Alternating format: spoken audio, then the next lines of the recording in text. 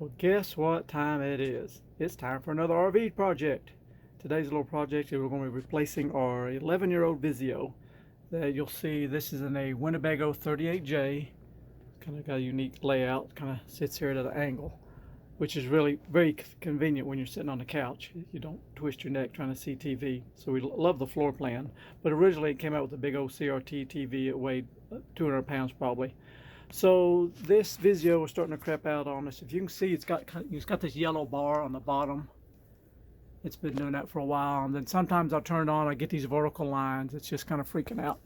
So after 11 years, we're going to upgrade it, and it's not really a smart TV. It's semi-smart, but not smart enough. Not like the new stuff we have. So this is my third TCL. We've had good luck with these TVs, and it's a smart TV for 200 bucks. I also bought an extended warranty with it for like 20 bucks. I got like a 3-year extended warranty. So especially because we're going to have an RV beating the banging, shaking around. So we're going to go with this. It even has ability to pause live TV for 30 minutes. And we've got a couple of these already in the house. I think we've got a 60 or 65 inch in the living room. It's performed really well with us. So that's what we're going to attempt to put in. Of course, first of all, before I do anything, I'm going to plug this up just to test it, make sure everything's good to go. And because I remember I didn't video this project many years ago, but I had to get creative to mount the TV, and you'll be able to see what I did in order to do that. So might give you some ideas for your TV install if you need to tackle this project in the future. So I'm going to unbox this, get it all hooked up, make sure it works, and then I'll get to taking the old one out, and I'll show you my mounting procedure, what we go through to get it done. Okay, well, step one is over. I plugged the TV up, got it all updated, went through all that process, and actually, I can't believe it, but I've connected to the campground's Wi-Fi, and can even watch Netflix. Don't know how well that's going to work, but we'll test it further and see.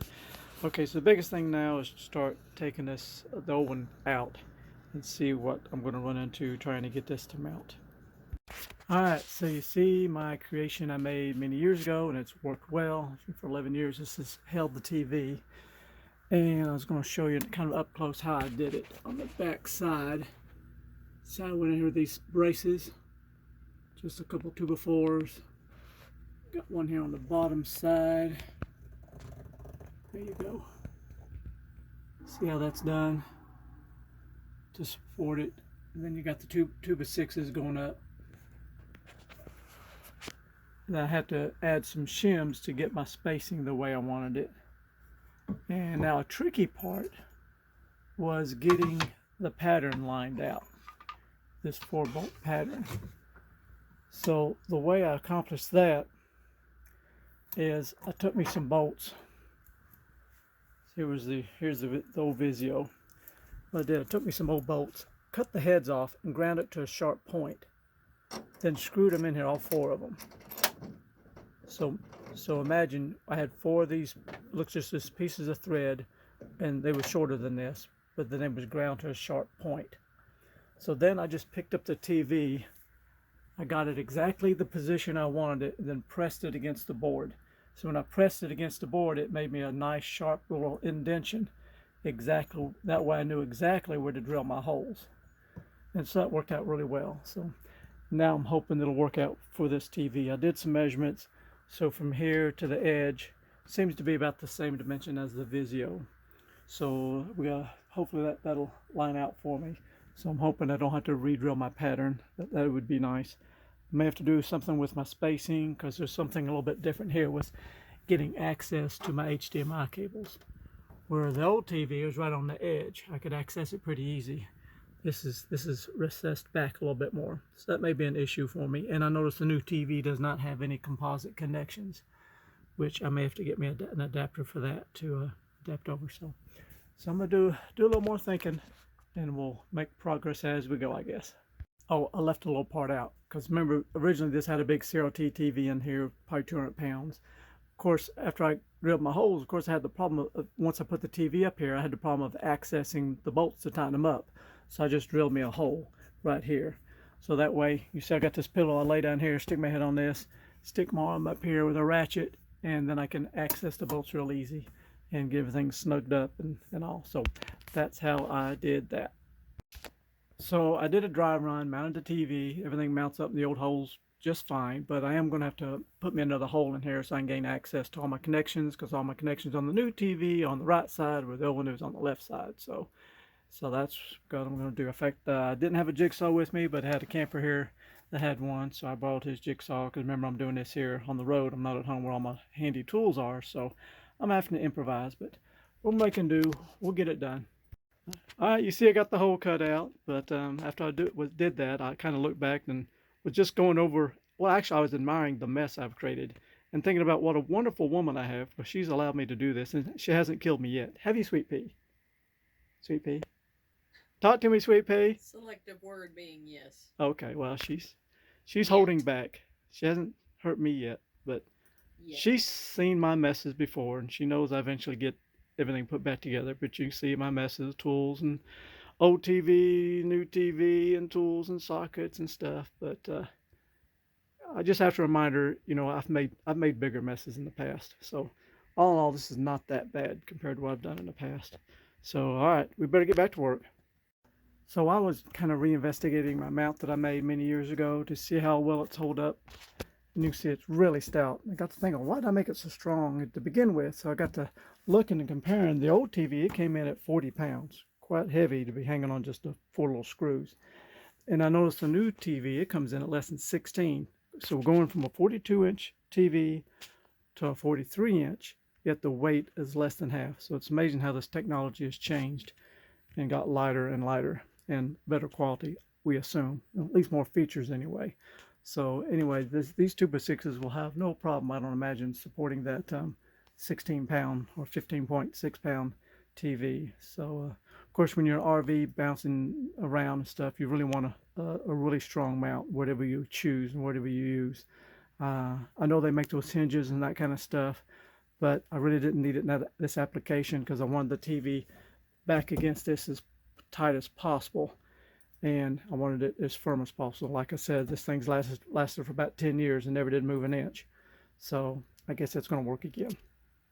Okay, well, I got a new problem I got to overcome. I figured out something though. The original TV, these screws did not bottom out. I could run these screws in there an inch, 2 inches. It wouldn't touch anything. But on this TV, it bottoms out quite quick. So just get it started.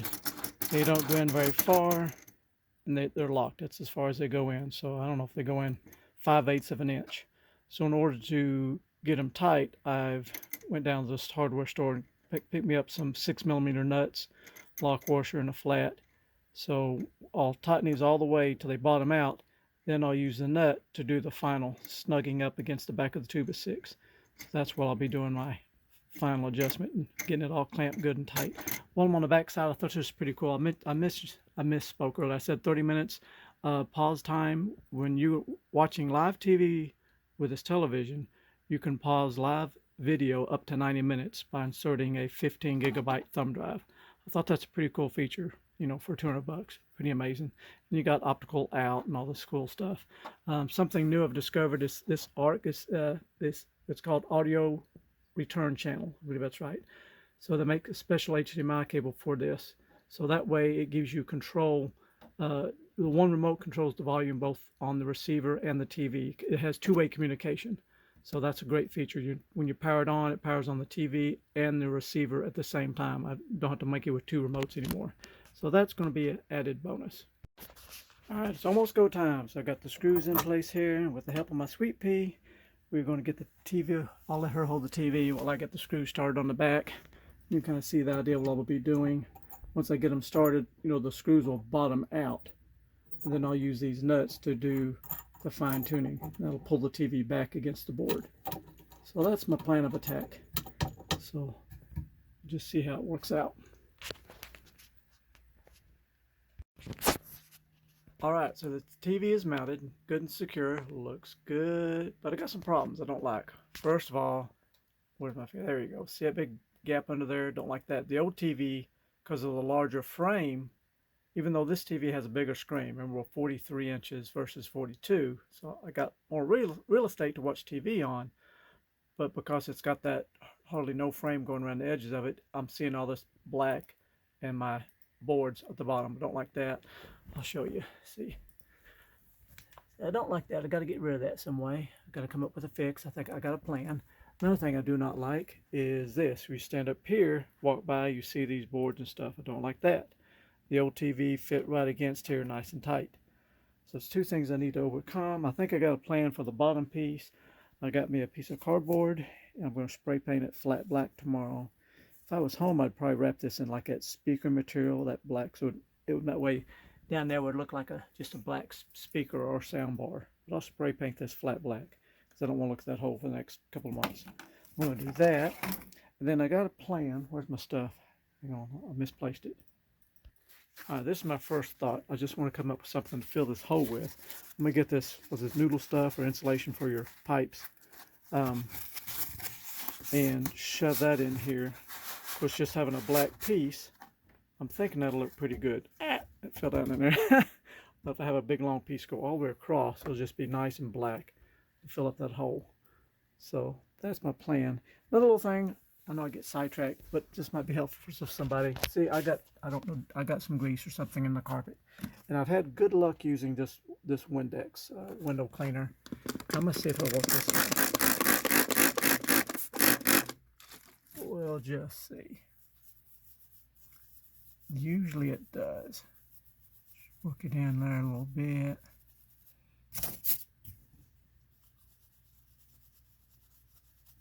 Sometimes the brush works good. This light colored carpet, it's really a burger to keep clean, but you know, we've got over 20 years out of it so far. Of course, the biggest thing is keeping a remnant down. We always roll this remnant out whenever we get somewhere. Helps. All right. Take it right to it. Ta-da! It is clean. Right up a little bit more. There you go. Just like it never happened. So, if you get a little greasy spot in your carpet, grab you some Windex, and that usually will take care of it. Another trick I've heard, remember the carpet man told me, said lighter fluid is good. I haven't really tried that, don't have lighter fluid, but Windex has always worked well for me. So tomorrow I'll get the spray paint out, do a little more fine tuning, and then I'm going to talk about some of these cool connections. I've learned something new, something called there's a new, it's HDMI cable called hang on, what's the name of it? Oh, it's called ARC, A-R-C, Audio Return Channel. It's a different type of connector. I'll get my light on here to show you. But I had to order me a special HDMI cable. But with that, it's really cool because I just use a simple remote. And when I do, it powers everything. It kills the receiver, the TV, and everything, and it controls the volume. So it's really sweet. I don't have to have 2 or 3 remotes laying around all over the couch. So I'll talk more about that tomorrow after I get these holes fixed up. All right, well, I think I came up with a solution. Remember I told you before I didn't like seeing all those boards and stuff at the bottom? Well, I came up with something I think is going to work for me. So get up close, you can see there's no more boards. It's just nice and black. All I did, I took that piece of cardboard and painted it black. And it kind of looks just like a speaker bar or something down there. So that's going to work just fine for me. Got that done. And then remember, I didn't like looking down and seeing the boards. I got me some of that black insulation pipe. Just put it in there. It's something lightweight. Seals it up. The TV itself still has plenty of room for ventilation on both sides. So that's not an issue. Let me get a light. So you can see there's plenty of room to vent the TV. I still got to tidy up my wires yet. But I like that. Let me show you how. Remember I told you I had to, how I was going to mount the TV from the back with using those nuts and washers. So let me get a light under here. And I cut that second hole so I could have access if I needed to get in here and make any connections or something in the future, which I don't think I'll need to. Because it's got that cool ARC cable, HDMI cable, which controls everything from the receiver, just one cable. It's pretty sweet. Okay, now you can see the back side of the TV. So I used those bolts. I took them all the way until they bottomed out, and then I used the nuts and those washers to tighten up and get everything good and snug. So that's worked out really well. Everything's good and tight. I don't have to worry about that TV moving at all going down the road. So I'm really happy with the look. You can see here it's got a great picture. This is Terminator 3 we got going on here on the DVD player. That has turned out really well. So let's recap some of the features on this TV, what makes it such a bargain, what a great deal it is. Alright, so here's my receipt. We're down here at Kissimmee, down here in the campground when my TV crapped out on us. So picked it up, it's $196. Then I got, for the extra $20, I got the 3-year service plan. So it's a heck of a bargain, especially in an RV. We're going to be beating and banging around with it. So for a little over $200, can't be beat. And I got my receipt. You just go online, you put in your scan your receipt, and Walmart saves it online, or you can print it out. I just got this little plastic bag, so what I'll do with this bag is I'll stick it in behind the TV here. So if I ever have a problem in the future, if I pull the TV out, then I'll see my receipt, and I'll have everything in one spot, ready to go. Okay, I want to talk about some components and upgrades I've made. So when we first got this RV, this is a Winnebago 38J, and we still got the original speakers, and they really sound great. These are like the front speakers. We got our surround speakers up here in the ceilings.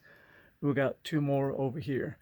But the original receiver they had, maybe it was a little Sanyo or something. It was just very anemic, had hardly no volume at all. It was just pretty sad. Had a puny little subwoofer over here, a little 6x9 that I got rid of. So I got one of these at the house also, the Onkyos receivers. They just seem to have a really good long life. I've had one for 20 years. I've had this one for 10. Gives me a good sound. It matched up well with these speakers, plenty of power, but I wanted to get some sub. So for my subwoofer, I went with this Yamaha, I think it's a 12-inch. It fit in here real nicely. And you know, all the stuff I run off my inverter when we're boondocking have a great sound. Good theater sound comes out of all those speakers, so really pleased with that. So in case you're looking for a really good receiver, check out the Onkyos. I think you'd really be pleased with them. Of course, another upgrade or changes I didn't like how much heat I was getting generated in this cabinet, because from the factory this was glass. It was like a dark tinted glass. So I got this, I don't know where I found it at. It's just some like a aluminum grill material, and I just painted it black, so it looks good, but it's completely ventilated. It lets everything stay nice and cool. So I like that little upgrade that I did. Okay, now let's talk about traveling with movies. We made a mistake of originally taking our movies and traveling with them in the original CD case, and we realized the vibration of that can damage the CDs. We was getting these little wear rings where the CD was constantly rattling and rotating and spinning around. So here's one solution here. Just get these cases like this and stick them in, so that way they're not getting beaten, banged around. Another thing I started doing, I got the software. Where's it at? I got this here. It's called WinX DVD Copy Pro. And with that, you can take your collection of DVDs, rip them into an MPEG format, dump them onto an external hard drive like this right here. So I got this 12 terabyte hard drive. I've got hundreds of movies on this thing. And then this, with its USB cable, you just plug it into the side of the TV. And when you do, because this has Roku built into it, Roku will see all the movies on this hard drive and play them. Or if you have some movies that you've had you can move over to a thumb drive, same way. I've got some movies on a thumb drive, and it'll play them just the same. And the picture quality is great. Okay, you may see this cable and you wonder, why is my cable coming in here like this attached to the TV? Well, I've had this happen to us a couple times, where you go into a campground and you hook up to their cable there by the power post. You hook it screwed into the side of your RV, back where your electrical connections are. You do that, you do a scan, but you don't get all the channels. Maybe you get the lower channels, you don't get all the uppers, or the uppers, you don't get the lowers. Some channels are missing that should be there. And I found out sometimes the signal, because your RV, there's multiple connections. Time you got your connection back there from the outside connection, that's got to come up here. You got this box. It's got all kinds of connections. You got another connection back there. Sometimes it wiggles way down here. Every connection seems like there's a little bit of dB loss. So I've discovered if I run a cable straight from the pedestal straight to the TV at this campground, I get all the channels. So I know I need to go through the RV and try to find the weak link. I haven't done it yet, but just to point that out to you, if you have a problem at a campground, you can't get all your TV channels, it might not be their problem, it could be your problem inside the RV. So you can just quickly run I keep like a 50-foot cable with me, these big heavy ones too, not that little bitty one. Let me see what that number is. Yeah, I had to stop and look. This is RGB6, the big heavy cable. It seems to carry a better signal. So I got that. And let's see, what else I was wanting to point out to you. Well, I did say I didn't remember these boards. I didn't have to need those because this TV was spaced a little bit differently. So I got rid of some extra weight there. Of course, got rid of that big heavy TV. So I've gained some more storage room. I can haul more tools now. I got rid of that extra weight. Well, I think this will wrap up this project. I'm real pleased with it. I'll get on to the next one. Now the hard part's putting away all my tools and cleaning up my mess, because my sweepie's been looking at this for the last day or two. So anyhow, I thank you so much for watching, and if you're in the need for a new TV, check this out. I'll put a link to it. You can't beat it for the money. For less than 200 bucks, it does a whole lot for you, and get a 3-year warranty with it for an extra 20 bucks. Can't be beat. And of course the coolest thing is having the built-in Roku. That is awesome. Again, thanks for watching. Have a blessed day. See you. Bye. Okay, well, I want to add some more content to this video. First of all, I need to apologize for my voice. We're down here at Kissimmee wintering. Went to Disney the other day and went to Magic Kingdom, where all the kids are, of course. And you know, that place is nothing but a germ factory. So evidently we both picked up something, and about to lose my voice over it. I feel fine. I just sound like crap. So anyways, hopefully this will get past soon. But I want to point out a couple other things. I've been using this TV now for over a week, and I keep finding new and cool features with it, and I want to share with you. One neat thing is called screen mirroring, because this is an old Android S9 Plus. This is my phone I use all the time. This is what I do all my recording with. In fact, I'm recording with another S9 right now on my hand. I always keep a spare with me. It doesn't have a SIM card in it, but I keep a spare in case something happens to my main phone. I can quickly switch it up and get another phone working. But anyway, I want to show what screen mirroring can do for you. Because sometimes when you're traveling, you may be in a campground where they don't have very good Wi-Fi, or you have data caps. And of course, a lot of us have Netflix movies and stuff. So what we'll do, if I'm using up a lot of data and I want to save that data usage, I'll go up to the campground's office where they usually have really good Wi-Fi, connect to their Wi-Fi, download a couple of movies onto my phone, and then cast it from my phone straight to the new TV. And it does this wirelessly. So let me show you how this works. Get my big fingers out of the way. Just swipe down. So with a Galaxy, it is called, and we got a big glare, don't we? Let me fix this glare. Okay, that looks better. So with a Galaxy S9, it's called Smart View. So we're going to turn on Smart View. All right. Now you see, it automatically sees the new TV there, the 43-inch TCL. So I'm going to click that. All right. Start now. Now if you look at the TV, a box will pop up here shortly.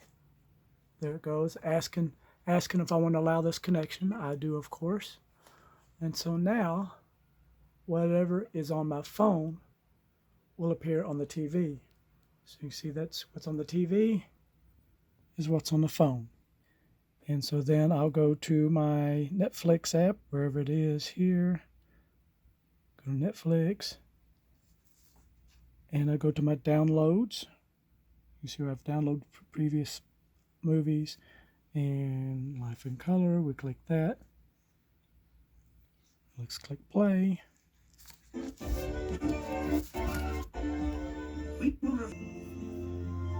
So as you can see, what's playing here on my phone is now playing on the TV. And it's doing so with no wires. And the picture looks great. You look close to it here. Isn't it an awesome view? The vision of birds is mostly excellent. So that's another cool feature. Let me show you what else it can do. Okay, another good trick is, say you're traveling, you pulled into Walmart and you want to sit down and stream a movie, but there's no internet access. So you can just connect to your hotspot on your phone. So like on this one here, we go down, turn on, where's my hotspot at? Okay, there's mobile hotspot, turn that on. Okay.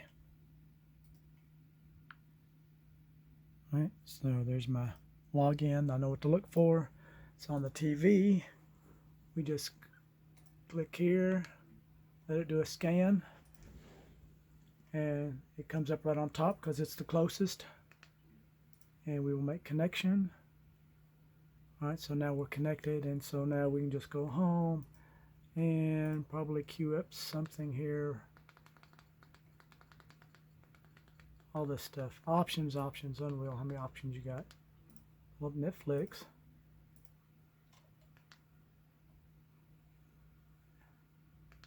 And we're watching big TV through the phone's connection.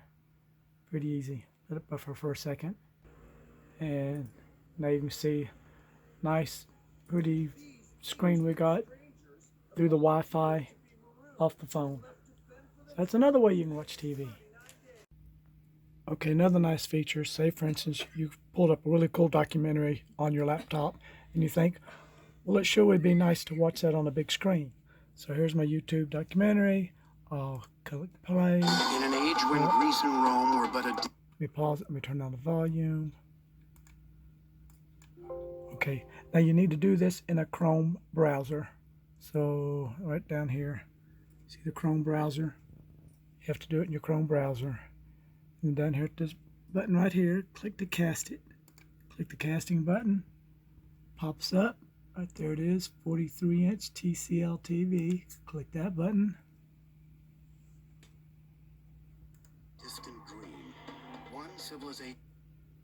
And then the sound switches over to the TV. In an age when Greece and Rome were but a distant dream. And there it is. Civilization conceived the impossible and built the unimaginable. So instead of watching it on a small laptop screen, you can just cast it right to your TV.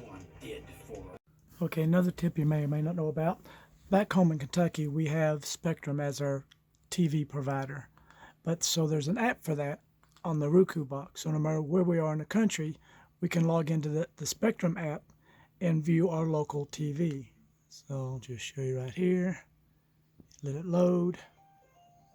So there it is. See, here's our Kentucky weather. So we can check it out, even though we could be anywhere in the country by that app because it's got the Roku app. Just an amazing little TV for less than $200. Just amazing. Okay, a couple more tips before I wrap this up. If you go to TCL's website, you can download the actual manual for this TCL 4 series. And this is, I don't know, 163 pages. Gives you all kinds of details of what the TV can do. And I've been browsing through it and I keep finding more things. So I'd recommend doing that. Also, where you can buy this TV, because I got mine here at local Walmart for $196. But you can also pick them up at Amazon. There it is, the 4 series. It's a little bit more money. I looked at the specs. It's slightly different spec. The one on Amazon, it seemed like the speakers, I think it was like 10-watt speakers versus the one on Walmart had 8-watt speakers. Because I'm running mine through a receiver, so it doesn't matter anyway. It's getting amplified. But if you didn't have an amplifier and you wanted louder speakers, you might opt for the different one here on Amazon. But I'll put links to both of these below the video. So I guess in closing, if you're looking to upgrade your TV soon in your RV for the money, for $196, I just don't know how you can beat this. You know, in fact, it's a lightweight, like 15.6 pounds, I believe. Get that extended warranty like I did. I think you'll be real happy. Anyways, thanks for watching. Have a blessed day. Hope to get my voice back soon. See ya. Bye.